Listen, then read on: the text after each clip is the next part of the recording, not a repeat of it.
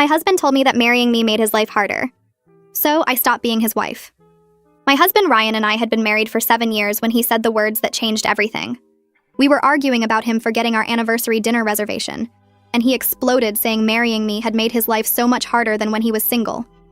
He said before me he could do whatever he wanted, whenever he wanted, and now he had to think about someone else all the time. He said having a wife was like having a second job he never asked for. He actually listed all the ways I'd made his life difficult. Having to text when he'd be late, having to consider my opinion on purchases, having to attend my work events, having to spend time with my family, having to remember dates and birthdays. He said single guys had it so much easier, and he envied his unmarried friends who had freedom. I asked if he wanted a divorce, and he said no, that was too much hassle. He just wanted me to stop making his life so complicated. So I decided to stop being his wife. Not legally, just practically. I stopped doing everything a wife would do. The next morning, I didn't make his coffee or pack his lunch like I'd done every day for 7 years. Ryan asked where his lunch was, and I said making it would complicate his life. I stopped doing his laundry, stopped picking up his dry cleaning, stopped making dinner. When he complained he had nothing clean to wear, I said washing his clothes would make his life harder since he'd have to be grateful. I stopped planning anything. His mother's birthday came and went without a card because remembering would have been too much pressure for him. His boss invited us to dinner and I didn't respond because coordinating schedules would complicate things.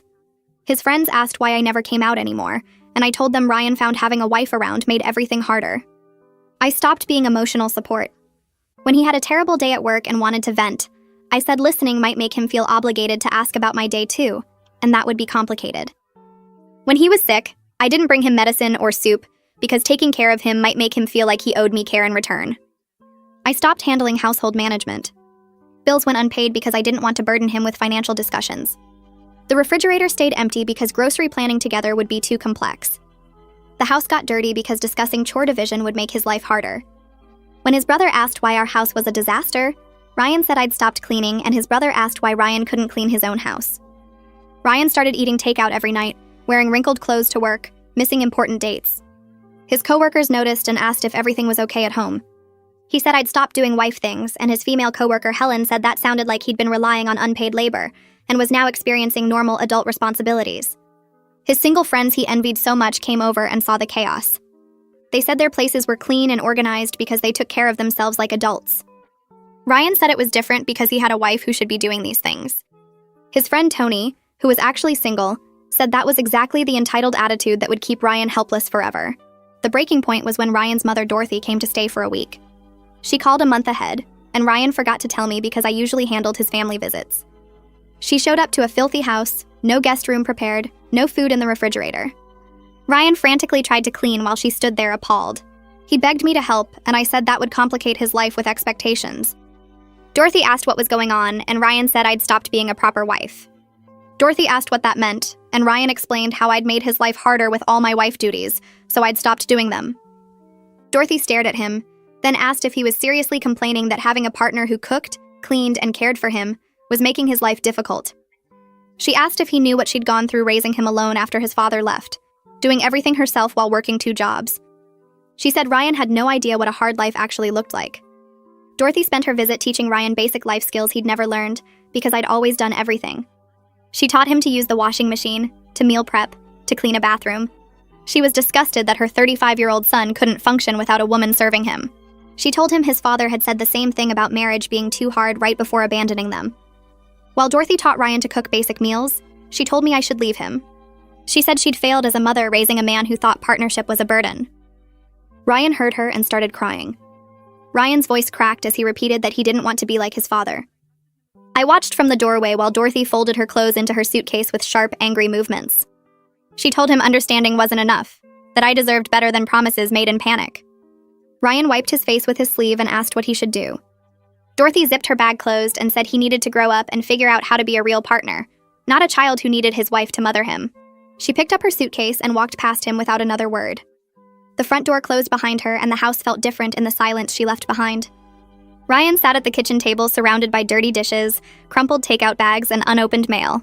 He stared at his hands and asked what he could do to fix this. I leaned against the counter and told him I didn't know if it could be fixed. The problem wasn't just the chores or the tasks I'd stopped doing. The problem was that he'd seen our entire partnership as a burden instead of something valuable. He opened his mouth like he wanted to argue, then closed it and looked down. He nodded slowly and said nothing else.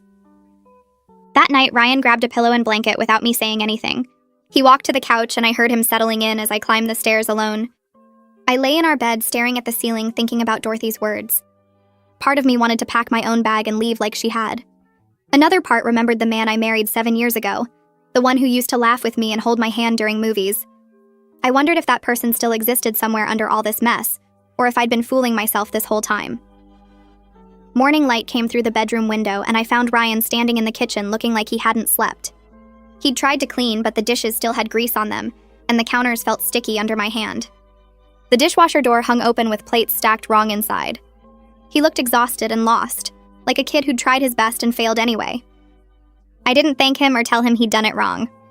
I just poured my coffee, grabbed my purse, and headed to work. My phone rang during lunch and Isla's name appeared on the screen. She asked where I'd been because she hadn't heard from me in weeks. I sat in my car in the parking lot and told her everything. About Ryan's comment, about me stopping all the wife duties, about Dorothy showing up and teaching her grown son how to use a washing machine. Isla got mad on my behalf and said Ryan sounded like a child who only cared when his mommy showed up to scold him. Her anger felt good, like someone finally understood how hurt I was.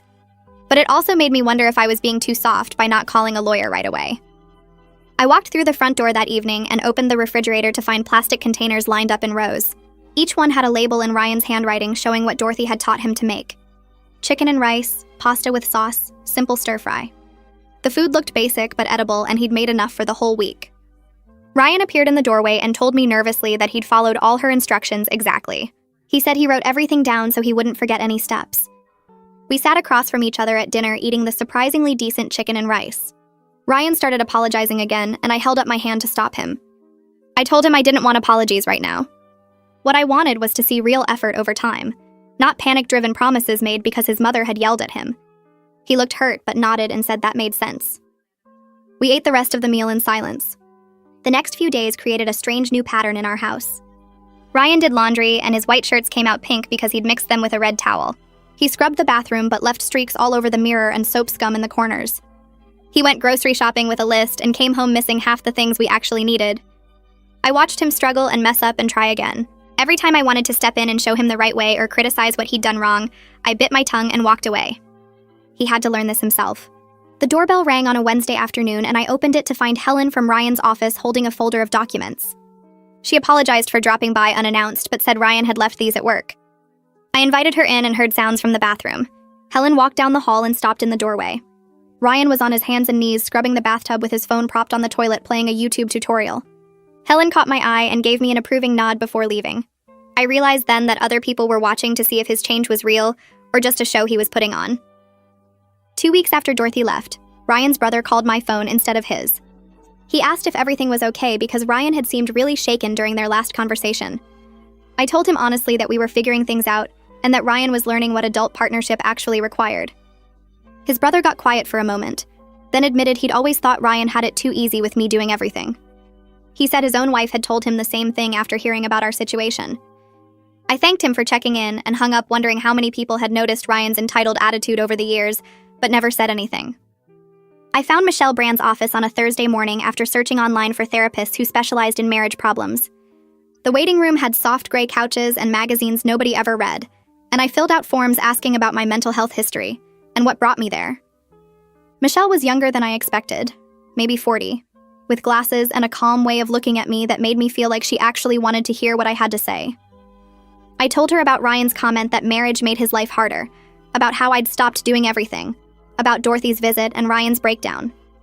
She listened without interrupting, taking notes occasionally, and when I finished, she asked me what I actually wanted from my marriage.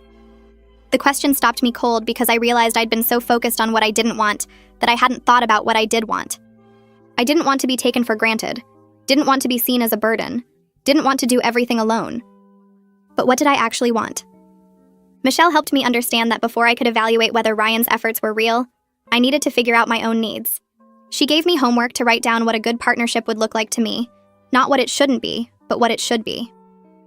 That evening, Ryan asked if we could talk about our marriage, and my whole body tensed up because I was tired of the same conversation. But I agreed and set ground rules first. He had to listen without getting defensive, without making excuses, without turning it around on me. He nodded and sat across from me at the kitchen table, hands folded like he was bracing himself. I told him that when he said marriage made his life harder, it revealed something I'd been trying not to see for years. He saw me as an obligation instead of a partner he chose. Every single thing he'd listed as a burden: texting when he'd be late, considering my opinion, attending my work events, spending time with my family, remembering dates. Those were all me loving him through actions. And he took it all for granted like it was some job I was supposed to do instead of care I was choosing to give.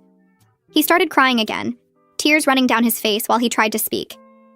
He admitted he never thought about it that way, that he'd just been comparing his life to his single friends without considering what he'd be losing. I told him that was exactly the problem, because he valued his friends' freedom more than our partnership. He asked how he could show me he valued what we have, and I said I didn't know yet, but time would tell. The conversation left us both exhausted, sitting in silence at opposite ends of the table. The following week, Ryan kept up with the household tasks, and I watched him closely to see if the effort would fade.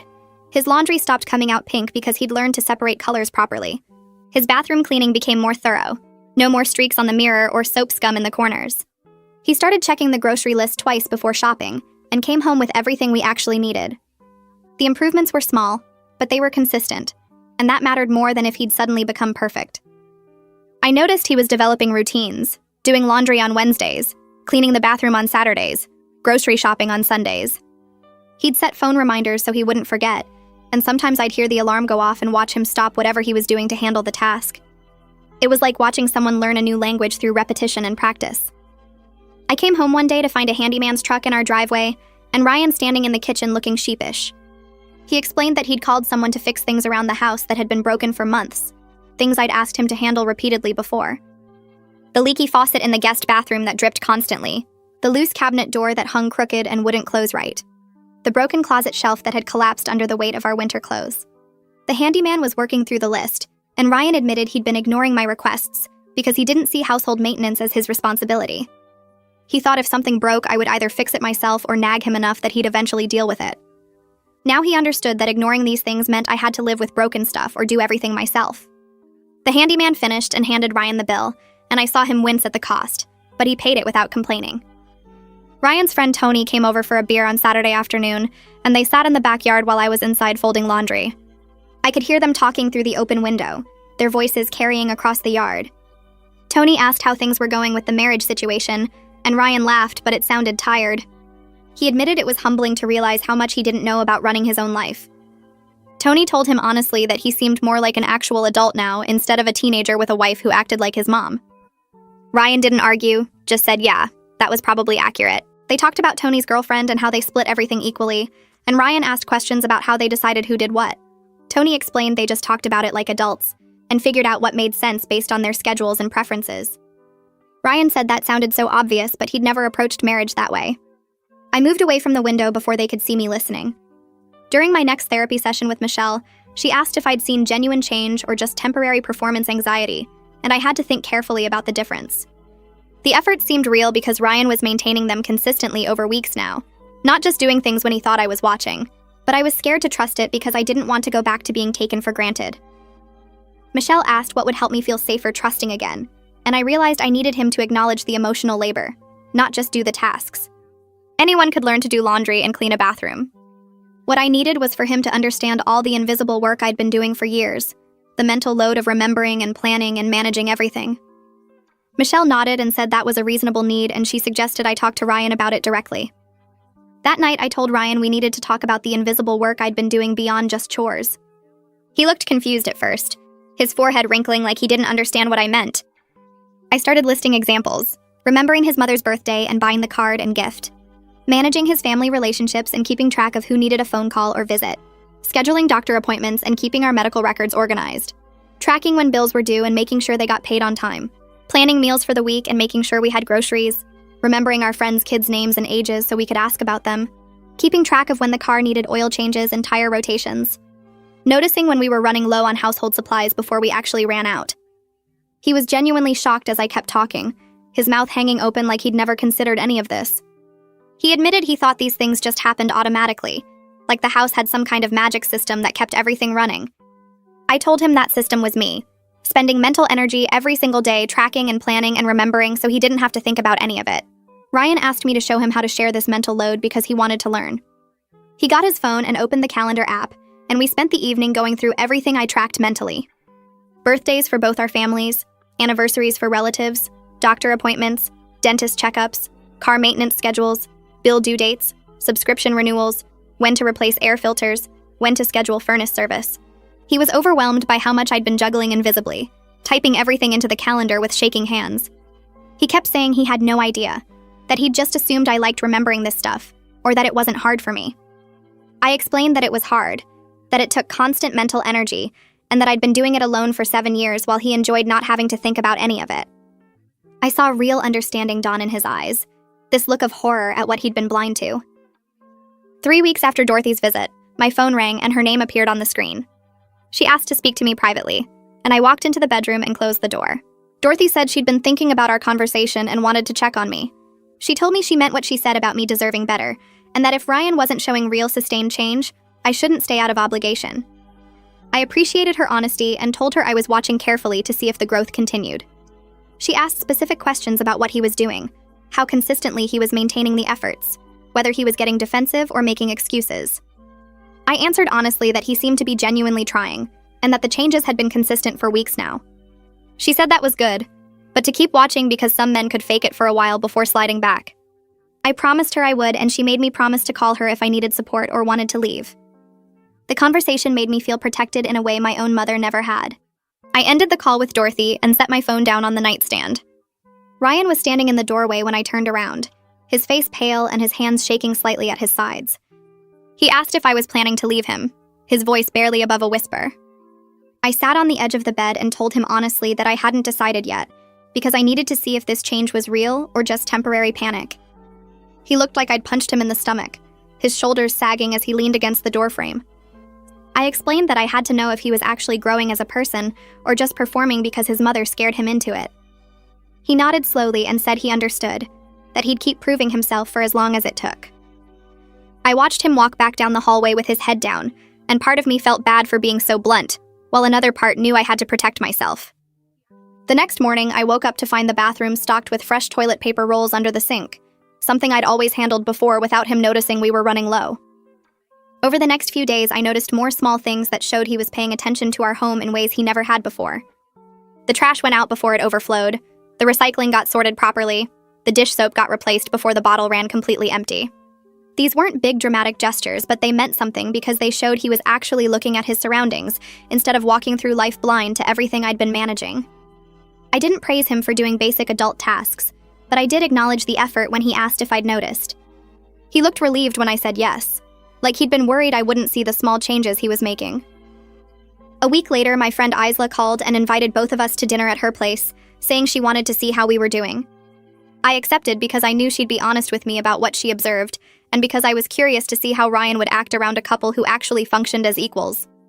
We showed up on Saturday evening with a bottle of wine, and Isla greeted us at the door with her usual warmth. Her husband was in the kitchen finishing dinner, and I watched Ryan's face as he saw a man cooking while his wife entertained guests. We sat down in their living room, and Isla asked how things were going, her eyes moving between us with obvious concern. Ryan answered first, explaining that he'd been learning a lot about running a household and being a real partner. Isla's husband came out with appetizers, and Ryan immediately started asking him questions about how they divided up their household tasks. I sat back and listened as they talked about their system for grocery shopping, meal planning, and cleaning schedules. Ryan was genuinely engaged, taking mental notes and asking follow-up questions about how they made decisions together. Isla caught my eye and raised her eyebrows slightly, and I could tell she was cautiously impressed but still skeptical.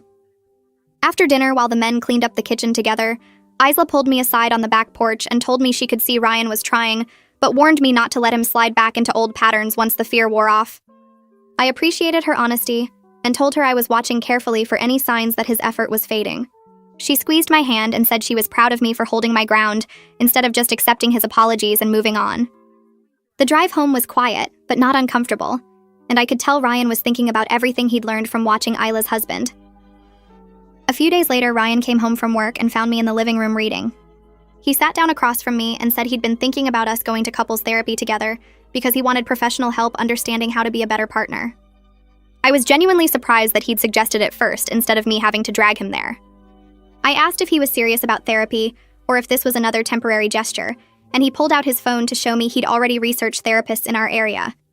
He'd made a list of 3 highly recommended marriage counselors and asked if I'd look at their profiles with him. I agreed because suggesting therapy showed he understood this was bigger than just doing chores and following a task list. We spent the evening reading reviews and looking at credentials and eventually settled on Nathaniel Guerra, who specialized in partnership dynamics and had excellent ratings. Ryan called the next morning and scheduled our first appointment for the following week. The days before our first session felt heavy with anticipation, like we were about to open a door we couldn't close again. When the appointment day arrived, we drove to Nathaniel's office in separate cars because we were both coming from work. The waiting room was small and calm with soft gray walls and comfortable chairs. Nathaniel came out to greet us right on time, a man in his 40s with kind eyes and a firm handshake. His office had large windows and 2 couches facing each other with his chair positioned between them. He asked us to sit wherever we felt comfortable, and I chose one couch while Ryan sat on the other. Nathaniel started by asking us each to explain what brought us there, and I watched Ryan's face as he began describing his behavior over the past 7 years. He told Nathaniel about his comment that marriage made his life harder, about taking me for granted, about being completely unable to function when I stopped doing everything for him. His voice shook as he talked, and his face flushed with obvious shame at having to say these things out loud to a stranger. Nathaniel listened without interrupting, his expression neutral but attentive. When Ryan finished, Nathaniel turned to him and asked why he thought his convenience had mattered more than partnership. Ryan opened his mouth to answer, closed it, then tried again. He struggled to find words that didn't sound like excuses, and I could see him working through the question in real time. Nathaniel pressed further, asking if Ryan had considered what his wife was sacrificing while he enjoyed his freedom from responsibility. Ryan admitted he hadn't thought about it that way, that he'd been completely blind to what I was giving up to make his life easier. What surprised me most was that he didn't get defensive or try to justify his behavior. He just sat there taking the hard questions and admitting he had no good answers. Nathaniel asked me to share my perspective, and I explained how exhausting it had been to carry the entire mental and emotional load of our marriage alone. I described the years of feeling invisible and unappreciated, of being treated like a service provider instead of a partner. Nathaniel nodded and said he was hearing 2 people who'd been living in completely different marriages, one person doing all the work, while the other coasted along oblivious. He gave us homework before we left, instructing each of us to write down what we needed from the marriage and what we were willing to give. He said we weren't allowed to discuss it with each other until our next session, that we each needed to think independently about what we actually wanted. I spent the next several days thinking about his assignment, sitting with my notebook and trying to separate what I truly needed from what I'd been accepting. I wrote down respect and appreciation at the top of my needs list, then added true partnership where both people contributed equally. I realized as I wrote that I'd been settling for so much less than a real marriage, accepting crumbs of attention and calling it love. My list of what I was willing to give included emotional support, companionship, and shared responsibility, but I also wrote down that I needed those things reciprocated. When our next session arrived, I felt nervous about sharing what I'd written, worried that our lists would be so different we'd realize we wanted completely incompatible things. Nathaniel had us read our lists out loud, and I went first because Ryan looked terrified. My list focused on emotional needs like respect, appreciation, and genuine partnership that went beyond just completing tasks. When Ryan read his list, I was struck by how different it was from mine. His needs were mostly about emotional support and companionship, things I'd been providing all along while getting nothing back. His list of what he'd give included all the practical tasks he'd been avoiding like cooking, cleaning, laundry, and household management. Nathaniel pointed out that we'd been operating in completely different frameworks, that I'd been asking for emotional partnership while Ryan had been focused on task distribution. He explained that both were important, but that we'd been talking past each other because we weren't even discussing the same things. Nathaniel spent the rest of the session explaining concepts like emotional labor and mental load, using specific examples from our marriage that made Ryan physically wince. He described how I'd been tracking everything from his mother's birthday to the car's oil change schedule while Ryan walked through life assuming these things just happened magically. He talked about the invisible work of noticing what needs to be done, planning how to do it, and remembering to follow through. Ryan's face grew more horrified with each example as he recognized his own behavior in everything Nathaniel described. Before we left, Nathaniel assigned us new homework. He gave Ryan a list of articles and books about partnership equity and told him to read them carefully. He gave me resources about rebuilding trust after it's been broken and how to know if someone's change is genuine. We both had reading to do that went much deeper than just figuring out who should wash the dishes. A few days later, Ryan found me in the kitchen making dinner and asked if we could talk. I turned down the stove and gave him my attention. He said he'd finished reading the materials Nathaniel assigned, and that he finally understood why his comment about marriage making life harder had been so devastating. He explained that he could see now he'd been treating our partnership like a service he was receiving, rather than a relationship he was building with another person. I listened as he talked about the concept of unpaid labor, and how he'd been benefiting from my work for years without acknowledging or appreciating it. He said the articles had used the exact same examples from our life, and it had made him sick to see his behavior described as a common pattern of entitled husbands. I told him that understanding was good, but sustained change over time was what actually mattered. He nodded and said he knew that he wasn't expecting me to forgive him just because he'd read some articles and had a few realizations. During the same time period, I noticed I was sleeping better at night and feeling less anxious during the day. The constant background stress of managing everything alone had lifted enough that I could actually relax. The mental space that opened up when I wasn't tracking every detail of our household by myself was surprising and a little overwhelming. I hadn't realized how exhausted I'd been for years, how much energy it took to be the only person holding our life together. In my next individual therapy session with Michelle, I told her about the changes, and she helped me see that I'd been so busy compensating for Ryan that I'd completely lost track of my own needs. She asked what I wanted to do with all this newfound mental energy, and I realized I had no idea because I'd forgotten what it felt like to have space for myself. Michelle helped me understand that reclaiming mental space was just the beginning, and that I needed to figure out what I actually wanted from my life and my marriage. I started keeping a journal where I wrote down things I'd always wanted to do, but never had time for because I was too busy managing Ryan's life alongside my own. The list grew longer each day and included things like taking a pottery class, learning to speak Spanish, joining a book club, traveling to places Ryan had never wanted to visit. Looking at that list made me realize how much of myself I'd given up without even noticing it happening over 7 years.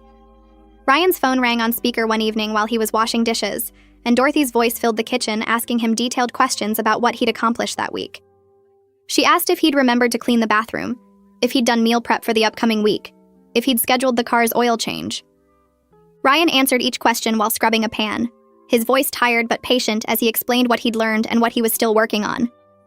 Dorothy told him she was proud of his efforts, but reminded him that he had years of taking me for granted to make up for, and that the work needed to continue long after the initial shame wore off. I stood in the doorway listening to her hold him accountable, and I felt grateful that she called every week to check on his progress, because it meant he couldn't just slide back into old patterns when things got comfortable again. Ryan came to me about 6 weeks after everything had fallen apart and asked if I'd be free on Friday night because he wanted to take me somewhere. I asked what he had in mind, and he said it was a surprise, but that he'd handled all the planning and arrangements. Friday arrived, and Ryan drove us to a restaurant I'd mentioned wanting to try months ago, a place he'd clearly researched and called ahead to make reservations for.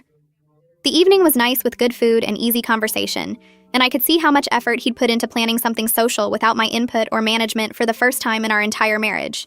But I kept my guard up throughout dinner because I was scared that if I let myself fully enjoy this moment, I'd be setting myself up for disappointment when he stopped trying. We sat in Nathaniel's office the following week for our regular therapy session, and he asked me directly what would help me feel safer being vulnerable with Ryan again. I told him honestly that I was scared because every time I'd softened in the past, Ryan had taken it as permission to stop trying, and I'd ended up carrying everything alone again. Ryan immediately promised he wouldn't let that happen this time, but Nathaniel stopped him and pointed out that promises weren't enough when trust had been broken this badly. He said rebuilding trust required consistent action over time, not just words or good intentions. We spent the rest of the session discussing concrete ways Ryan could demonstrate reliability, things like maintaining his household contributions for months without backsliding, continuing to notice, and address tasks without reminders and checking in regularly about how I was feeling instead of assuming everything was fine. Ryan started checking in with me before making plans with his friends, and at first I thought he was asking permission like a child. But he explained that he wasn't asking if he could go out. He was coordinating schedules to make sure we were both managing our time fairly, and that neither of us was stuck handling everything while the other had fun. This small shift from assuming his time was entirely his own to recognizing that we shared our lives together meant more than he probably realized. I appreciated being considered instead of being an afterthought, and I told him so because I wanted to acknowledge when he got things right. I had a particularly rough day at work dealing with a difficult client who kept changing requirements and blaming me for delays I couldn't control. I came home exhausted and frustrated, ready to handle dinner and evening tasks like I always did. But Ryan took one look at my face and told me to sit down while he handled everything.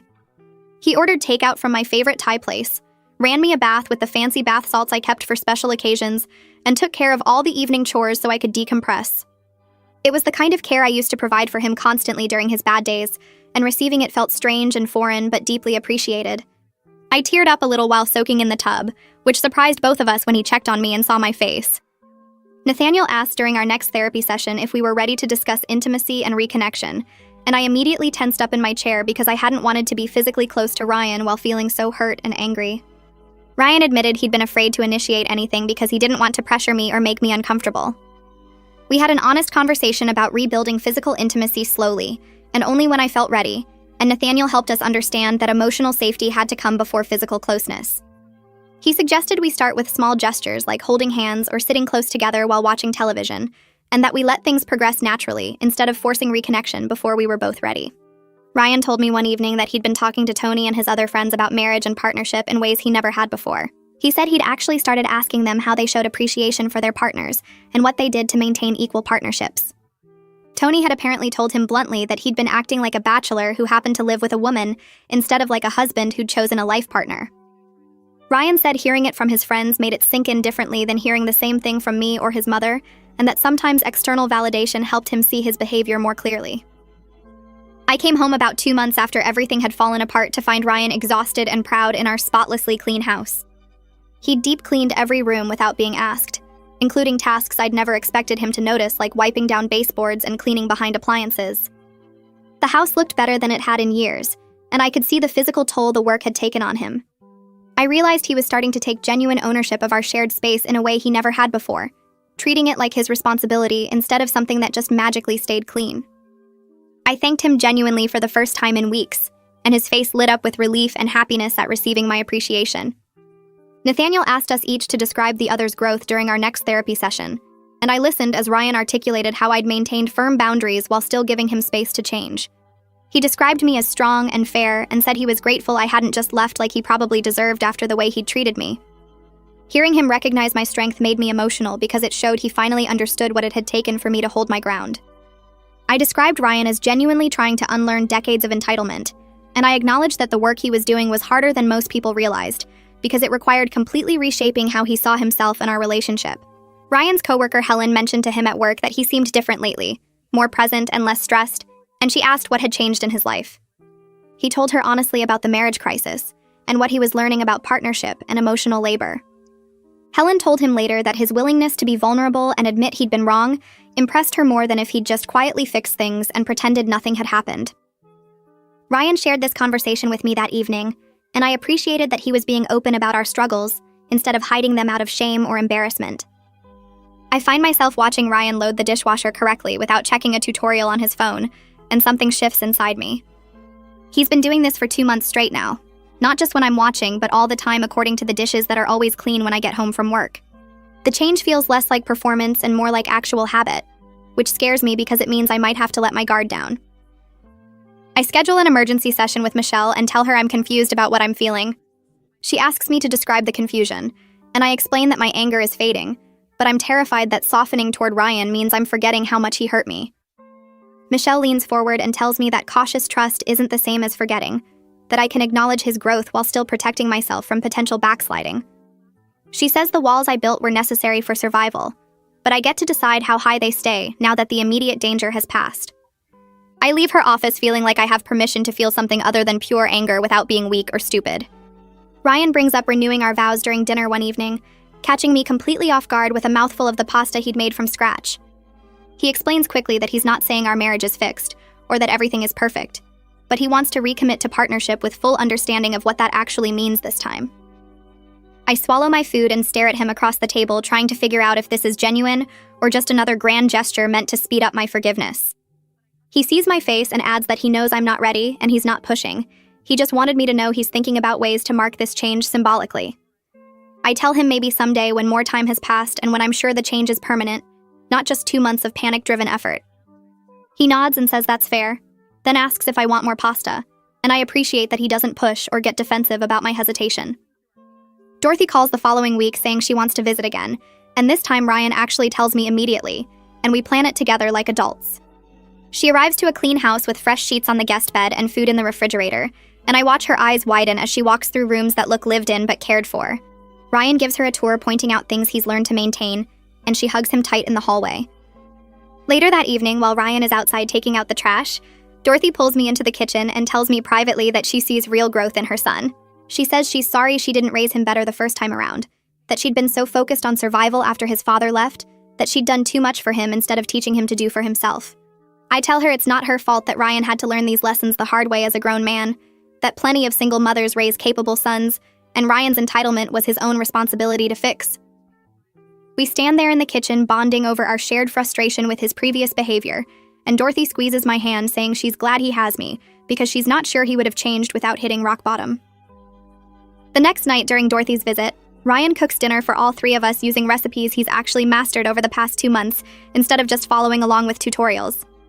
He moves around the kitchen with real confidence now, knowing where everything is and how long things take without constantly checking his phone.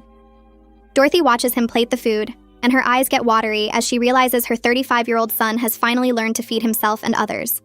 She tells him she's proud of the man he's becoming, and that his father's choice to abandon them doesn't have to define who Ryan turns out to be. Ryan sets down the serving spoon and thanks her for the tough love that started this whole transformation, saying he needed someone to show him how much like his father he was acting. They hug in front of the stove, and I feel something crack open in my chest watching them. 3 months after Ryan said marrying me made his life harder, we have our most honest conversation yet about whether our marriage can actually survive this. We're sitting on the back porch after Dorothy has gone to bed, and I tell him I see his efforts and growth, but I'm still hurt by how little he valued me before. I explain that I can't just forget 7 years of being taken for granted even if the past 2 months have been different. Ryan doesn't interrupt or make excuses. He just listens with his hands folded in his lap. When I finish, he acknowledges that my hurt is completely fair, and that he can't undo the years of treating me like unpaid help instead of a chosen partner. He says he hopes I'll give him the chance to build something better going forward, but he understands if the damage is too deep to repair. I don't give him an answer that night because I genuinely don't know yet, but I appreciate that he's not demanding immediate forgiveness or resolution. At our next therapy session, Nathaniel asks us what our marriage would look like if we decide to stay together, and we spend the full hour defining new terms of partnership. We discuss equal division of labor with both of us tracking and managing household tasks instead of it all falling on me. We talk about sharing the mental load of remembering dates and managing schedules and planning ahead for life events. We agree on mutual appreciation where both of us acknowledge what the other contributes instead of taking it for granted. Ryan suggests regular check-ins to prevent sliding back into old patterns, and I add that we need quarterly reviews of our household systems to make sure they're still working. Nathaniel helps us create a written agreement about household management that we'll revisit every 3 months, and having it in writing makes it feel more real and accountable. We both sign the document at the end of the session, and Nathaniel keeps a copy in our file. The following week, I tell Ryan I'm willing to actively work on rebuilding our marriage instead of just watching him try to fix things alone, and his whole face lights up with relief. I explain that this doesn't mean everything is fine or that I'm not still hurt, but I'm ready to participate in the repair process instead of staying on the sidelines. We agree to keep going to therapy weekly, maintain all our new household systems without getting lazy, and communicate honestly about needs and resentments before they build up into explosions. It feels like we're starting over in some ways, but with a much better foundation than we had the first time around. Ryan reaches for my hand across the couch, and I let him take it, and we sit there quietly for a while just holding hands like we used to when we first started dating. Ryan plans a weekend trip for us to reconnect away from the house and all its associations with our crisis, booking a small cabin in the mountains without asking me to help coordinate anything. We drive up on a Friday afternoon, and for the first time in months, I let myself relax around him instead of staying tense and guarded. We spend the weekend talking about things other than our marriage problems, laughing at stupid jokes and remembering why we fell in love 7 years ago. On Saturday night, we're sitting by the fireplace, and he tells me he'd forgotten how much he genuinely likes me as a person, beyond just being married to me. I realize I'd forgotten that too, that I'd been so focused on his failures as a partner that I'd stopped seeing the person I'd chosen. The physical intimacy comes naturally that night when I finally feel safe with him again. Not forced or obligated, but genuinely wanted on both sides. We come home Sunday evening to our shared space that now feels more like a true partnership than it ever did before. Ryan unpacks both our bags and starts a load of laundry without being asked while I check the mail and water the plants. We move around each other in the house with new awareness of how we're both contributing, instead of one person doing everything while the other person ignores it. Over the next week, Ryan maintains his efforts with household tasks, and I find myself re-engaging with our life together instead of emotionally withdrawing. We're both doing the work of rebuilding, and it feels more balanced than our marriage ever was in the previous 7 years. I catch myself smiling at him across the dinner table one night and realize I'm not faking it or forcing it. I'm actually happy. At our next therapy session, Nathaniel notes the visible shift in our dynamic before we even sit down and asks what changed. We explain that the weekend away helped us reconnect emotionally, and remember we actually like each other, and that we're both committed to the ongoing work of partnership now, instead of just Ryan trying to fix his mistakes. Nathaniel reminds us that growth isn't linear, and that we'll have setbacks and hard days where old patterns try to resurface.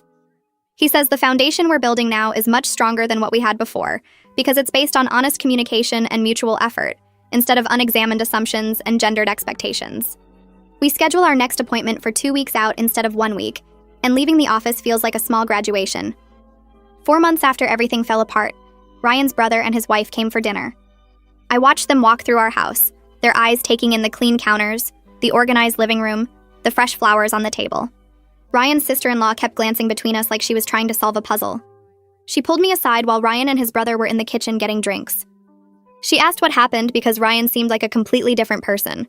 I told her honestly that he had to learn what partnership actually means. She nodded slowly and said she wished her husband would have a similar awakening. She explained that her husband still expected her to handle everything at home while working full-time.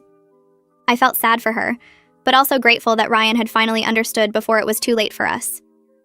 Ryan started mentoring a younger guy at work named Anthony who was getting married soon. Anthony came over for dinner one night, and Ryan talked to him honestly about the mistakes he had made. He explained how he had taken me for granted and treated partnership like a burden. Anthony listened carefully and asked questions about how Ryan changed his thinking.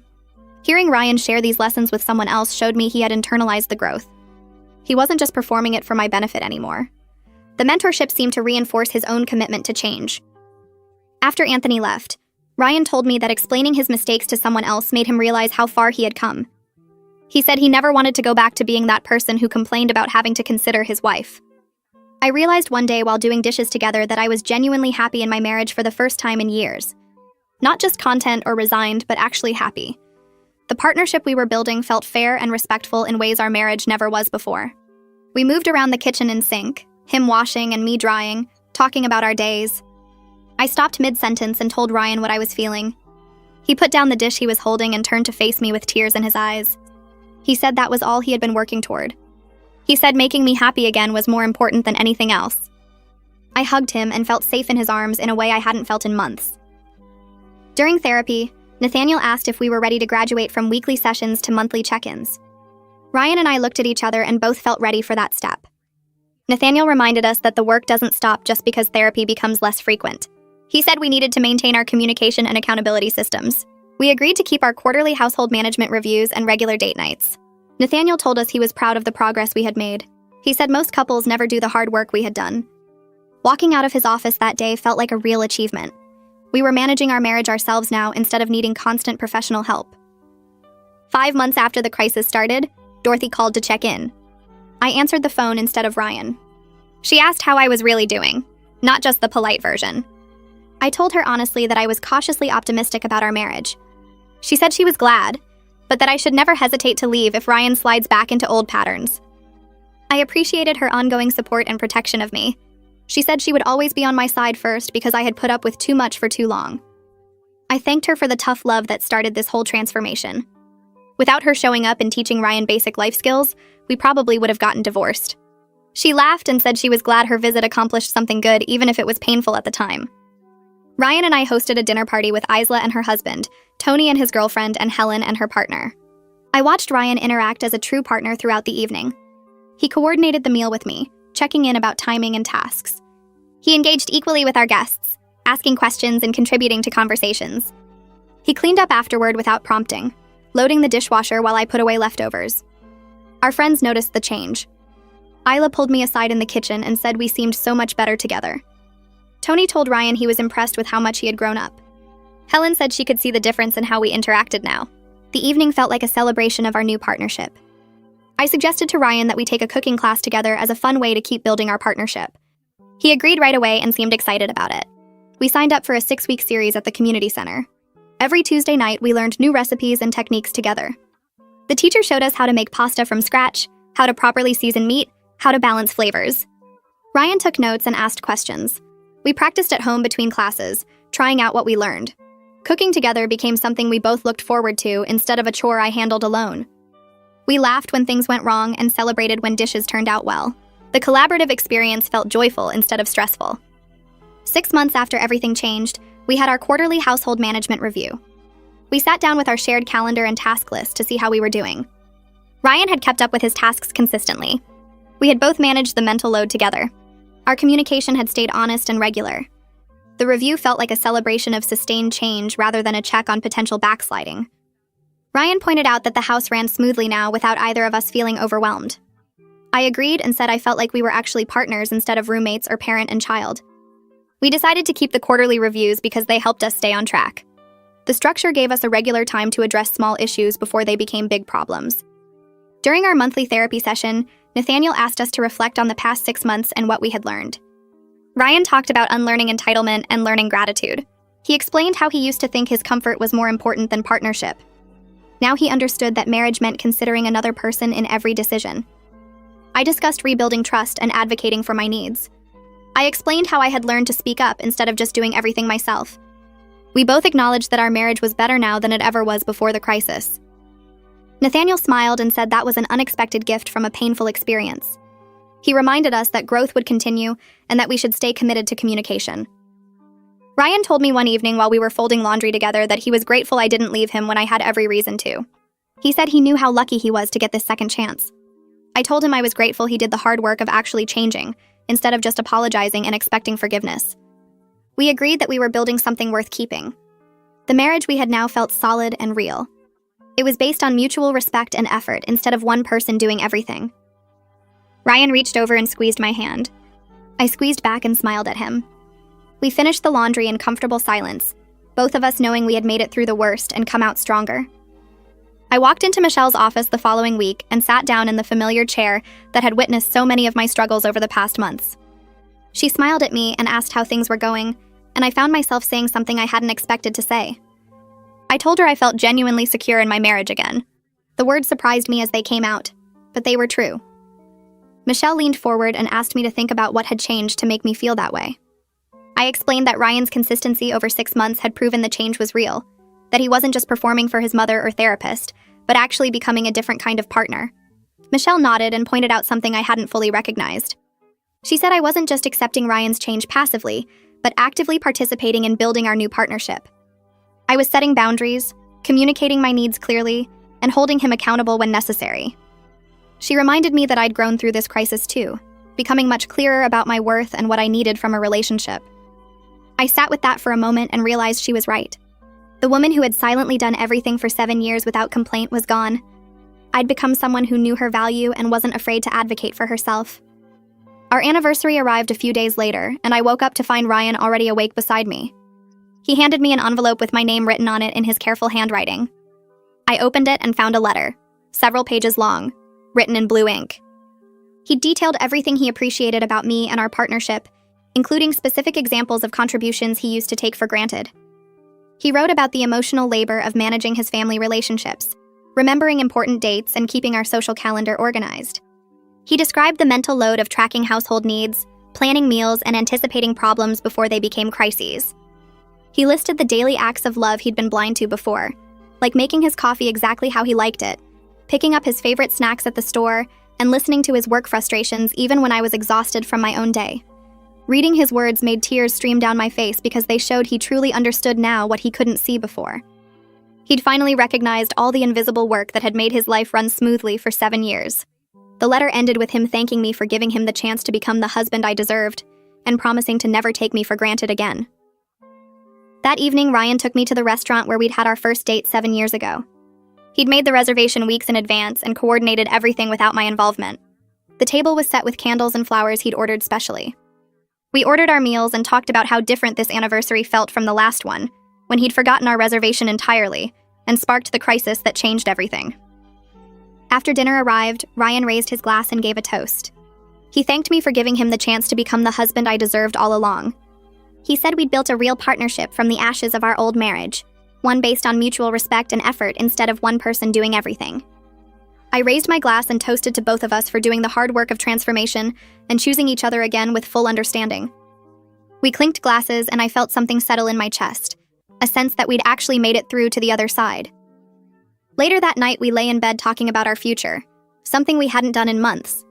Ryan turned to me and said that 7 months ago he'd told me marrying me made his life harder, but now he understood how wrong he'd been. He said marriage had actually made his life better in ways he was too immature to understand before. He explained that he was a better person because of our partnership, not in spite of it. Having to consider someone else, communicate honestly, and share responsibilities had forced him to grow up in ways living alone never would have. I agreed that we were both better together now that we'd built something real and fair. Our marriage wasn't perfect and probably never would be. We still had disagreements and frustrations like any couple, but it felt genuine and balanced in ways that seemed sustainable and deeply satisfying. We'd torn down the old structure where I did everything and he coasted along oblivious. In its place, we'd built something stronger, a true partnership where we both contributed and both benefited. I fell asleep that night feeling genuinely happy about my marriage for the first time in years, maybe ever.